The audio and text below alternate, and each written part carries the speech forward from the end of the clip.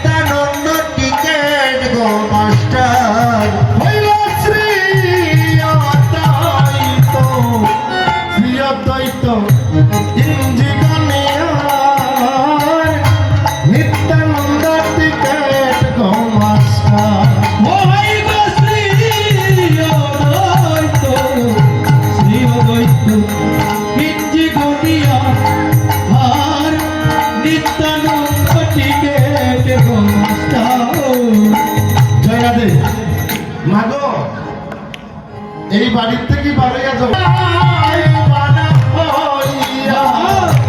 সেই গাড়ি